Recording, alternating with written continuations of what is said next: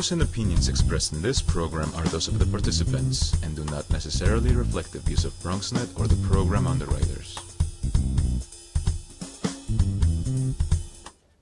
Coming up next, what rights do tenants have to take their landlords to court when things go terribly wrong in their apartments? BronxNets take to the streets to demand better affordable housing, and women take a stand against demeaning catcalls. All that and more. This is the Bronx Journal.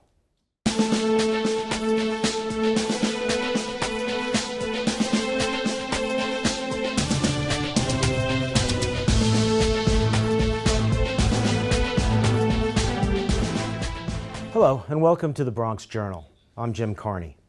The Bronx Journal is a collaborative production of Lehman College's Journalism and Media Studies Department, the Department of Multimedia Production, and BronxNet Community Television. We bring you the research and reporting of students from the Journalism and Media Studies Department, as well as the work from music, art, and other programs of study right here at Lehman College. Lehman is the Bronx's senior liberal arts college at the City University of New York. This program is presented through the combined efforts of Lehman and BronxNet Community TV, the Bronx's award-winning community television and media organization, and comes to you via BronxNet's cable TV channels and is streamed on demand through bronxnet.org and thebronxjournal.com. And the audio portion of today's show will be available through the Lehman College channel on tuneinradio.com and the TuneIn app. The reporting and work on the Bronx Journal is created by the students of Lehman College. We begin tonight with the story of a BronxNet journalist reporter who looks into the rights that tenants have when they have real grievances against their landlords. The Bronx Journal's Deanna Camillo has the story. In August 2017, the Right to Counsel New York City Coalition campaign passed the local law 136, also known as the Right to Counsel. The legislation grants a low-income residents from certain zip codes of New York City the right to an attorney when facing evictions in housing courts. After a 3-year fight, New York City was the first in America to pass the law.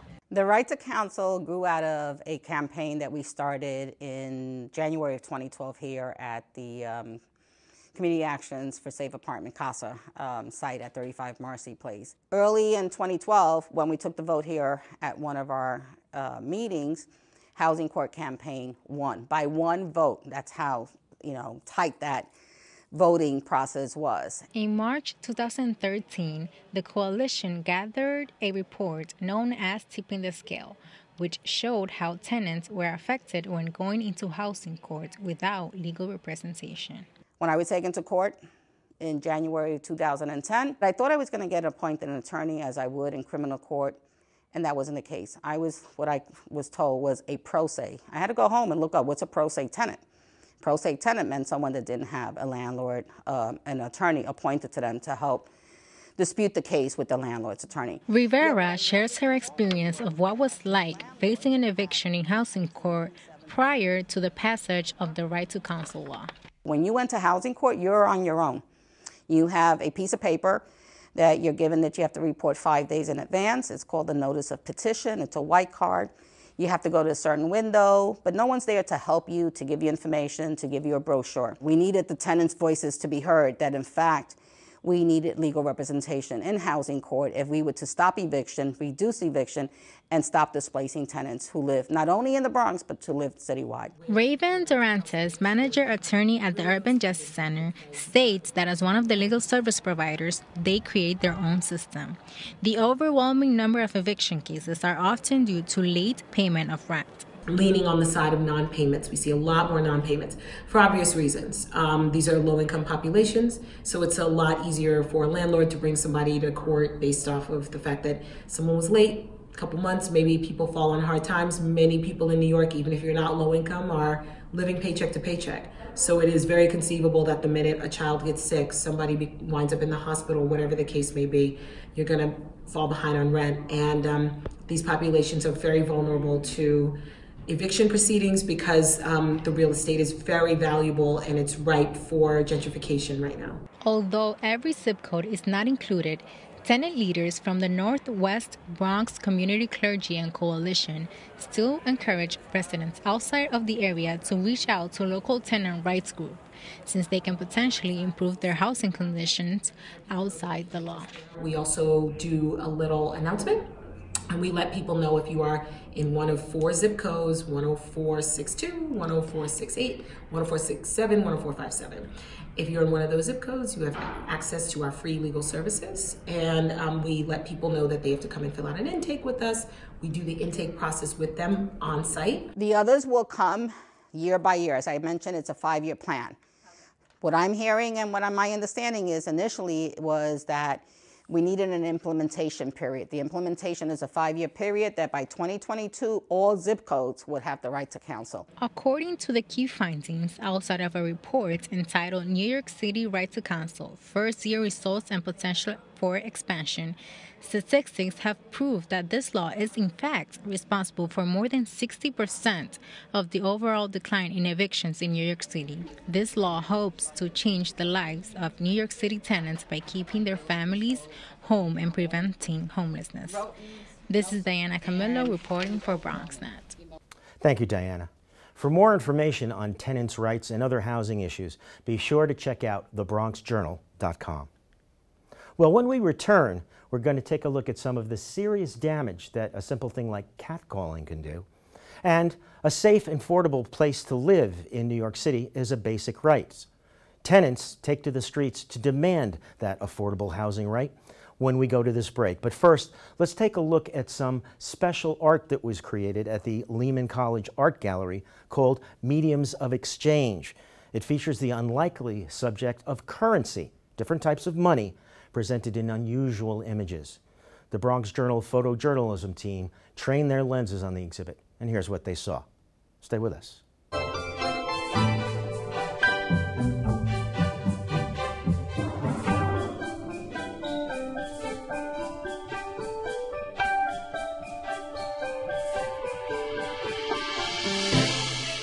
We are there, day one, with baby names and a gift that lasts a lifetime.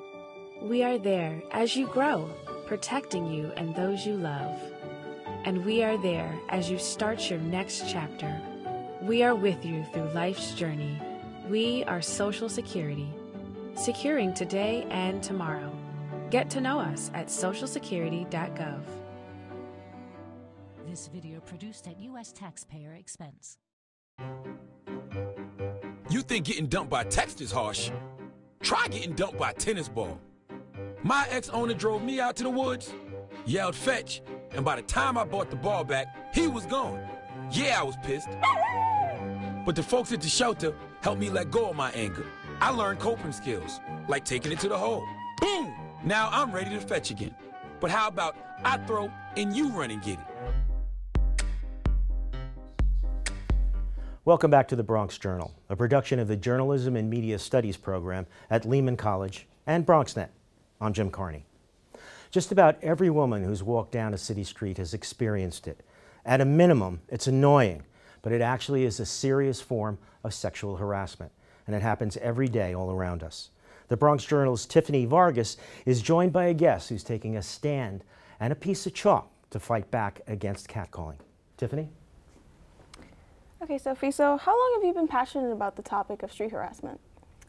So I became passionate about fighting against it because I was growing up in New York and facing it a lot from adolescence. So I was 15 when I first experienced catcalling. I was walking down the street, going to work. I was really excited for my first day of work, and at every corner I faced some comment about my body, about how I looked, and I didn't know what to do about it. I felt extremely uncomfortable in my skin. I didn't even want to continue my walk to work. It was so upsetting to me. And the main thing that upset me the most was when I got home and I asked my parents, you know, what should I do about this?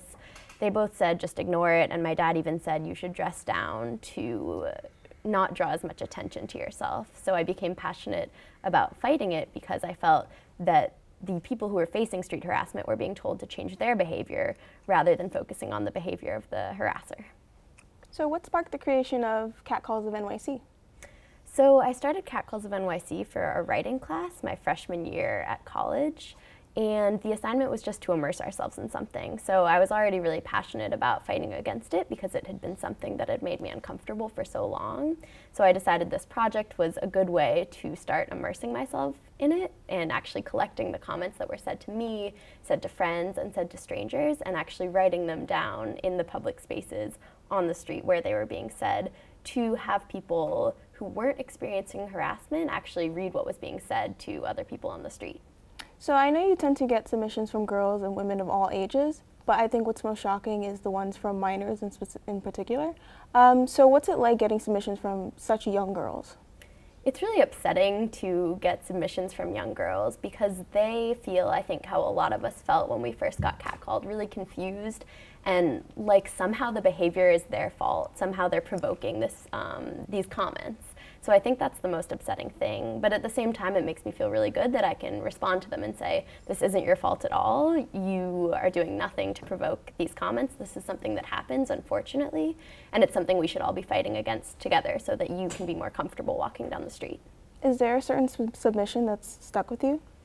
So I think all of the submissions at a certain point are so vulgar that it's hard to differentiate between, one that was more vulgar than the rest. A lot of them are really sexual, saying, what someone would do to someone else sexually, I want to F you, stuff like that. But all of them are really vulgar in that sense. So what do you hope to accomplish when you write out the messages on the sidewalks? Well, like I said before, I really want people who don't face harassment to realize what it's like to hear these words on the street. So if you're just walking, just going about your day, and you read one of the chalk catcalls, I hope that it makes you think differently about catcalling, because I think a lot of people don't think that catcalling is a big deal. They think it's just words. But when you actually read these words, they do have a really tangible impact on how you feel walking down the street. So I hope that people who see my chalk art will realize how big of a deal street harassment is. So what are the kinds of reactions you and your team tend to get when you write out these messages? A lot of various reactions. So sometimes people are excited to see us chalking. Sometimes they follow the Instagram account and they're really happy to see us in person. They really relate to the message. They've faced harassment themselves, so they're really excited that someone's fighting back against it. And then other times people are really upset by the words that I write because, again, they're really vulgar, so people get upset that I'm writing them in public space, not realizing that, of course, they were said in public space in the first place, so there's the irony there. Sometimes I get harassed when I'm writing them. I've been hit on before, which is really ironic because here I am fighting against that very thing. So there are a lot of different reactions that we face when we go out and chalk. So what's the most rewarding part about doing this?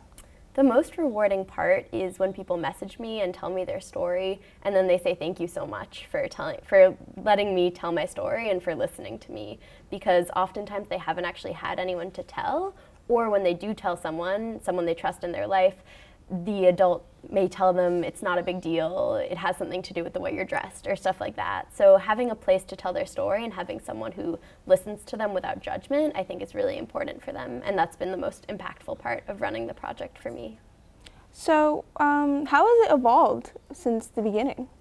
It's grown a lot, which is really exciting. So as I mentioned, I started it for a school project and I had 50 followers, and all of a sudden after the Me Too movement, when people were really focusing on sexual harassment in all of its forms, the media kind of picked up my project and it grew exponentially. All of a sudden I had 10,000 followers overnight who were sending me their stories, telling me that they cared about this project and that they also wanted to stop street harassment. It's also grown globally, so a lot of people have seen my account. It's called Catcalls of New York, and they've thought, I can start an account like that in my city. So there's a Catcalls of Amsterdam, Catcalls of London, Catcalls of Paris, Catcalls of Dhaka and Bangladesh. They're really all over the world, so I think that's one of the most exciting parts, how it's grown internationally. So where do you hope to go with it next?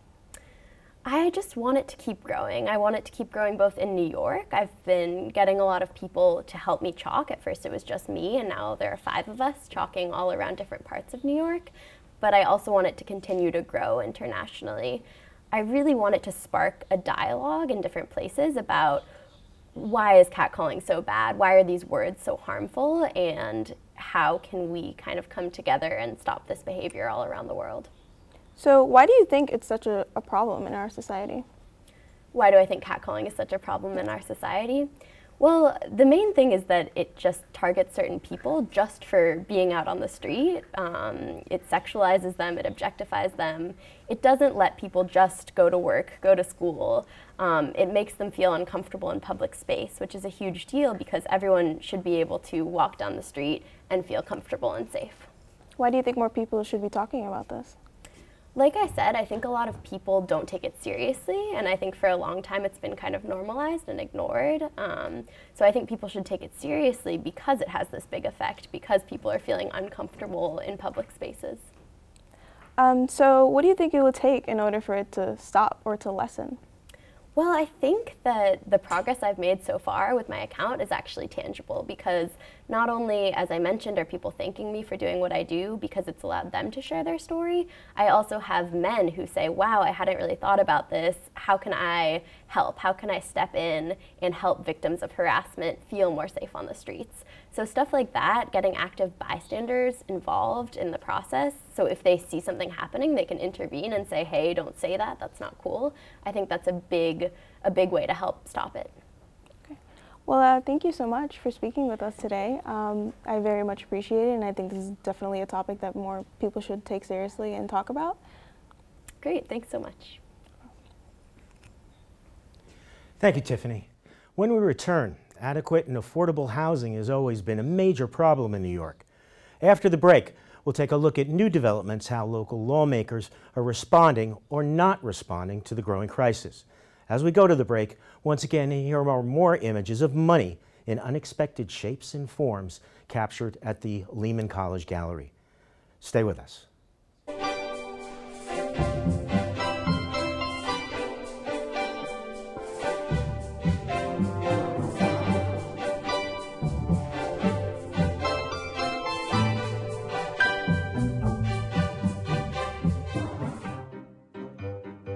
Think getting dumped by text is harsh. Try getting dumped by a tennis ball. My ex-owner drove me out to the woods, yelled fetch, and by the time I bought the ball back, he was gone. Yeah, I was pissed. But the folks at the shelter helped me let go of my anger. I learned coping skills, like taking it to the hole. Boom! Now I'm ready to fetch again. But how about I throw and you run and get it?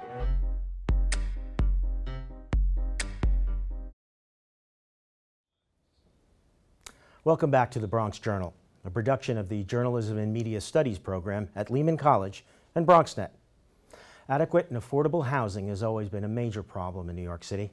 The Bronx Journal's Diana Camillo visited Harlem's famous Abyssinian Baptist Church to see how local lawmakers are responding or not responding to the growing crisis.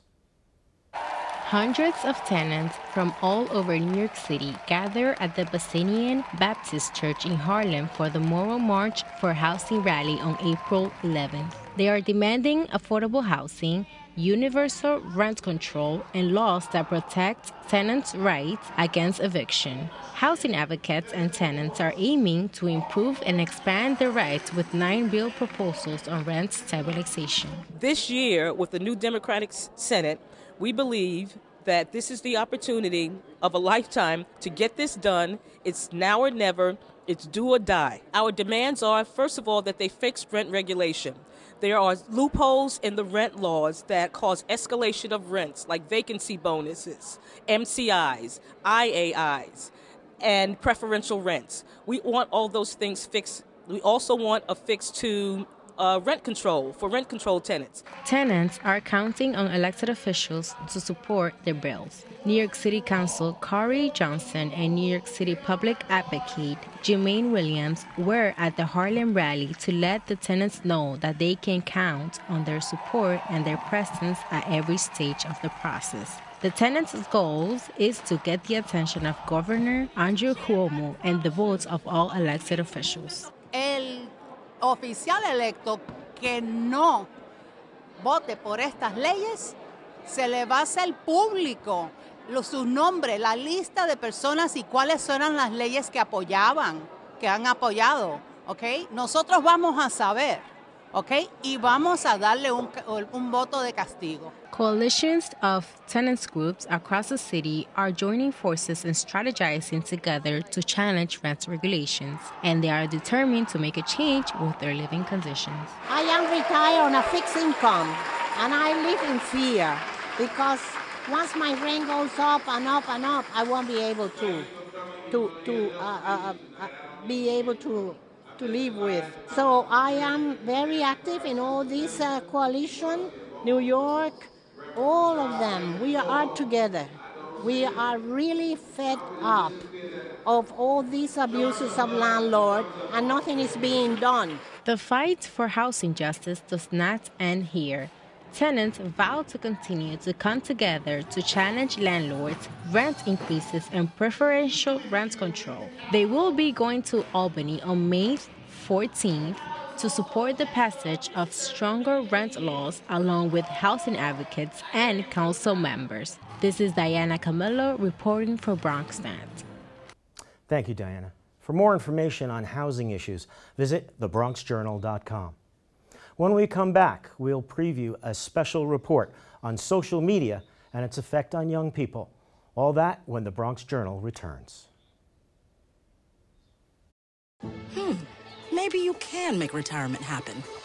After all, you made this vacation happen. Double points with every purchase? Cleverly merging promotions. Love it. Cross-referencing travel sites. And booking all your flights with those... Vouchers. I got us bumped. They were like, oh. But now they're like... Aloha. You aced this vacation. Now get the tips you need to get on track at aceyourretirement.org.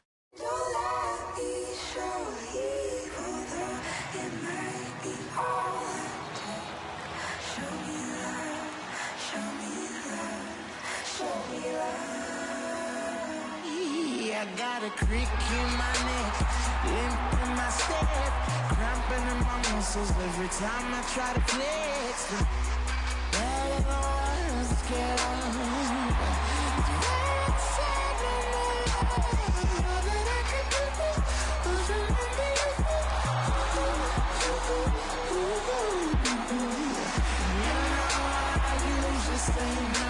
But if you throw me out, I'll throw you some more.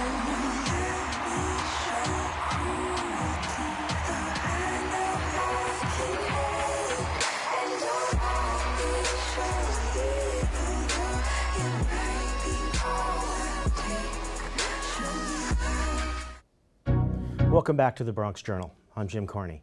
And I'm joined by Marvin Alleman, one of our journalism students here at Lehman College, who's been working on a special report on social media. Welcome, Marvin. Hey, welcome. Thank you. So, first of all, how did you and your team come up with the idea to deal with this topic? So, social media is a big thing now, especially in in today's world, and we decided to try to tackle that first. Our kids use it, teens use it, and adults use it. So that was a good thing to start off with to try to tackle. Well, how did you go about doing it? What did you do to actually gain information? The first thing we did was we spoke to some students from the school and had their opinions on it, and gotten their side effects from that. From their experiences. How did the students react when you talked to them? Were they ashamed of their use, or were they excited to talk about it? Or? Some of them, we were surprised to find out some of them are very hooked on Snapchat, Instagram, Facebook. They can't let that stuff go. So they were always have it, So that was pretty interesting to see. Right. Do they understand how much of an influence it has on their lives? Yes. So we try to explain to them, and they just kept saying, that's the first thing that they do is, go on Snapchat, post something online. Okay. Well, thank you, Marvin. We're going to look forward to you and your team reporting on that. Thank you so in much. The next edition. But that brings this edition of the Bronx Journal to a close. So we'd like to thank you for watching. The Bronx Journal is a collaborative production of Lehman College's Journalism and Media Studies Department, the Lehman Multimedia Center, and BronxNet Community Television. We bring you the research and reporting of students from the Journalism and Media Studies Department, as well as work from music, art, and other programs of study right here at Lehman College. Lehman is the Bronx's senior liberal arts college at the City University of New York in the Bronx. This program is presented through the combined efforts of Lehman and BronxNet Community TV, the Bronx's award-winning community television and media organization. And it comes to you via BronxNet's cable TV channels and is streamed on demand through bronxnet.org and thebronxjournal.com. And the audio portion of today's program is available through the Lehman College channel on TuneInRadio.com and the TuneIn app. The reporting and work on the Bronx Journal is created by the students of Lehman College. We'd love to know what you think. Drop us a line at bronxjournal@lehman.cuny.edu or visit our Facebook page at www.facebook.com/LehmanJournalism. We're extremely proud of our student journalism specialists who make all of this happen. We also want to thank our partners at BronxNet for their critical role in the supporting of journalism and community news that we do here at Lehman College. So until we see you next time, thanks for joining us. I'm Jim Carney, and that's it for this Bronx Journal.